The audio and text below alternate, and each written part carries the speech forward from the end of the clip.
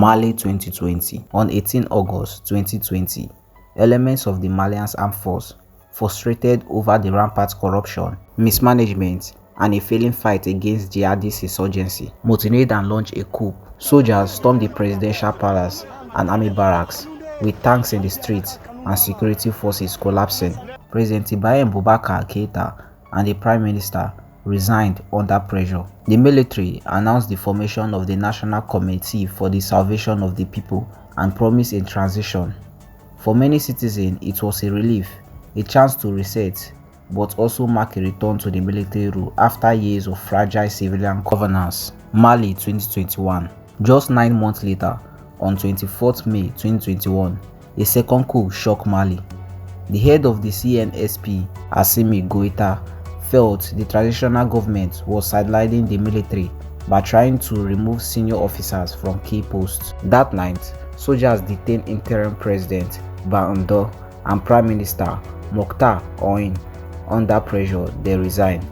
The Constitutional Court then installed Goïta as interim president. Guinea 2021. On 5th September 2021, elite troops led by Mamadi Doumbouya, a flamboyant former Special Forces officer, launches a rapid takeover in Conakry, arresting the then president Alpha Condé. Why? Condé has earlier rewrote the constitution to allow himself a third term, a move that angered a large portion of the public and segments of the military. The coup was presented as restoring democracy. Broadcasts went off, government websites were down.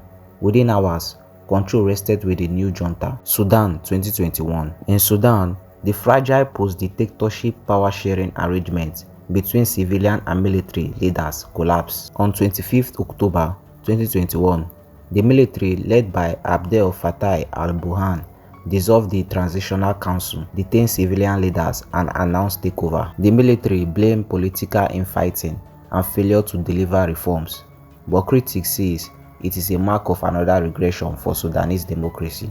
Burkina Faso 2022. On 24th January 2022, amid growing Islamic insurgency and mounting insecurity, mutinous soldiers led by Paul Henry Sadongo overthrew President Roch Marc Christian Kabore, citing failed security policy and inability to protect citizens. Military units seized key installations, announced dissolution of government and constitutional suspension. Curfew followed, border closes, and a military-led transitional government was installed. Burkina Faso 2022. But under Damiba's junta, security didn't improve significantly. Less than 9 months later, on 30 September 2022, another faction, mainly the Cobra Special Forces, led by Ibrahim Traoré, launched a second coup. They moved on military bases, blockaded the capital, and ousted Damiba. State media was taken off air, and transitional assembly dissolved, and a new junta. Niger 2023.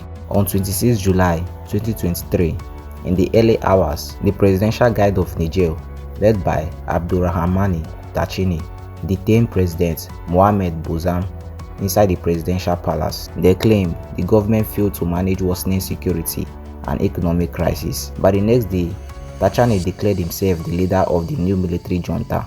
Gabon 2023. On 30th August 2023, hours after the official announcement that the longtime president Ali Bongo Ondimba had won the election, military officers led by Brice Oligui Nguema stormed the national broadcaster and declared the election null and void. They placed Ali Bongo and the senior officers under house arrest.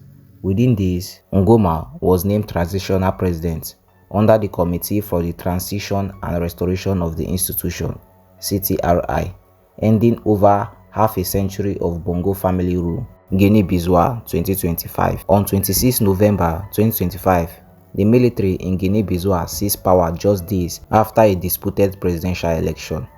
Soldiers fired near key government building and on national television declared total control, suspended the electoral process, and closed borders. They arrested President Umaru and several top security officers. A new ruling structure was announced, the High Military Command for the Restoration of Order, which declared itself in charge until further notice. The takeover came exactly when the provisional election results were expected, suggesting the coup was engineered to prevent transfer of power. Many observers now call it a preemptive coup. If you love this video, kindly like it and share with your friends. Don't forget to subscribe for more.